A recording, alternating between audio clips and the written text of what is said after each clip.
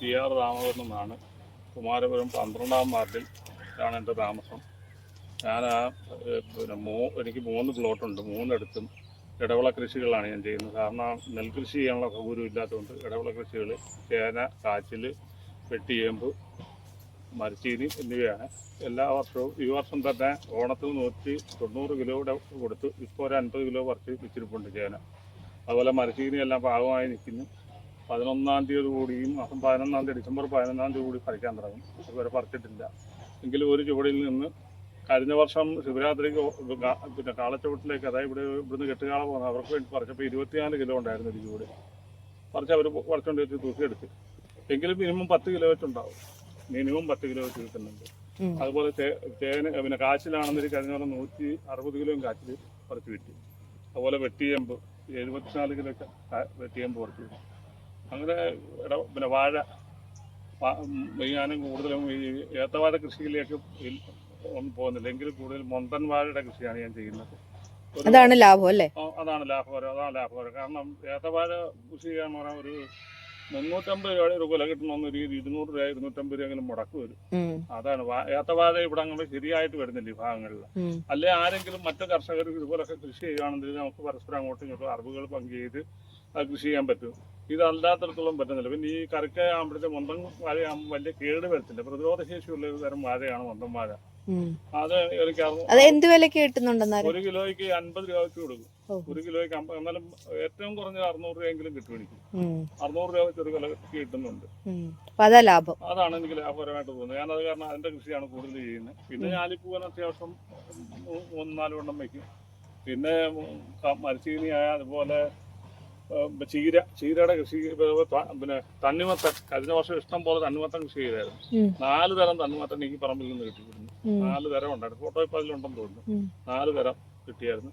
അതുപോലെ ഇത് കുക്കുംബറിന്റെ കൃഷിയുണ്ട്. അതുകൂടാതെ പൊന്നാങ്കണ്ണി ചീര അതുണ്ട്. മറ്റേ പിന്നെ വ്ളാത്താങ്കര ചീര, അതുപോലുള്ള തരം ചീരകളൊക്കെ കൃഷി ചെയ്യുന്നുണ്ട്. ഇതൊക്കെയാണ് അത്യാവശ്യം ഞാൻ ചെയ്യുന്നത്. വന്നാളെ ഒരു വലിയ പ്രീസിന്റെ പെൻഷനേ ഉള്ളു. എങ്കിൽ തന്നെ നമുക്ക് അത്ര വലിയ ആർത്തിയൊന്നുമില്ല. പറഞ്ഞല്ലേ, ഒരുപാട് രൂപ എന്റെ പുറത്തിരിക്കുന്ന 1.25 സെന്റ് പൊന്നാങ്കണ്ണി ചീര ഒരു കവർ വെച്ച് ആവശ്യത്തിന് കൊണ്ട് ഞാൻ മിക്കവാറും കഴിക്കും. എനിക്ക് പിന്നെ ചെറിയ ചോറിന്റെ ഇതുള്ളതുകൊണ്ട് ഞാൻ ഈ പച്ചക്കറിയാണ് ഏറ്റവും കൂടുതൽ. മീൻ അങ്ങനെ വളർത്തും. മീൻ ഇറച്ചി ഞാൻ വളരെ അപൂർവമായിട്ടേ ഉള്ളു. പച്ചക്കറി ഇഷ്ടം പോലെ കഴിക്കുന്നു. നമുക്ക് ആവശ്യത്തിനുള്ളതാണ് ഞാൻ കൂടുതൽ. അതുപോലെയൊക്കെ എടുത്തായിരുന്നു നമ്മൾ തള്ളൽ. അവിടെ ഒരു 8 കിലോ കാണുന്ന ഇതിനകത്ത് ഞാൻ 2 കിലോ അല്ലേ പറഞ്ഞത്? 2 കിലോ ഞാൻ പറഞ്ഞത്. ഒരു 8 കിലോ കുട്ടികളാണ് പറഞ്ഞത്. ഇത് എന്ത് സൈസ് വാഴയാണ്? ഏത്തവാഴയാ. ആണോ? എന്നെ പറ്റിച്ചല്ലോ.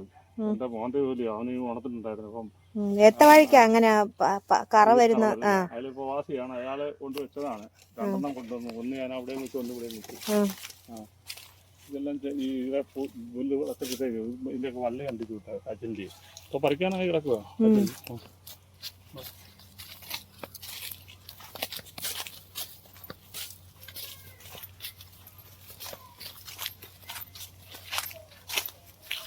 ഒരു മുടി ചീരക്കുന്നുണ്ടോ?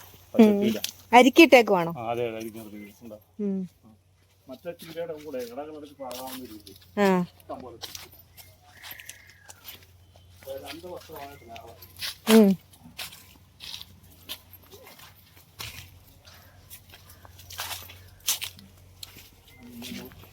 2 വർഷമായതായിരുന്നു. കാ പിടിച്ചു 2 വർഷത്തിനുള്ളിൽ തന്നെ അല്ലേ? മോളോട് മേളിൽ കിടപ്പുണ്ട്. അതുകൊണ്ട് മോള് നോക്കി ഏറ്റവും മോളിൽ കിടക്കുന്നത് കണ്ട മോളിൽ കണ്ടോ? അതുകൊണ്ട് അങ്ങ് കിടപ്പുണ്ട്. പിന്നെ വെണ്ടയെല്ലാം ഇന്നലെ ഫിക്സ് ചെയ്തതാണ്. അതാ ഇന്ന് ഇത്രയും കുറവ്.